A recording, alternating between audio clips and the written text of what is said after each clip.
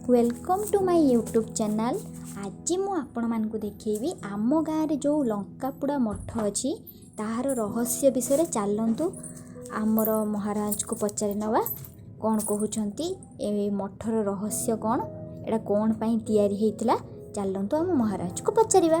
लंकापुड़ा मठ यार नामकरण गोटे उद्देश्य ये होती बुढ़ाबलंग नदी। बुढ़ाबलंग नदीर ये होती गोटे पठा।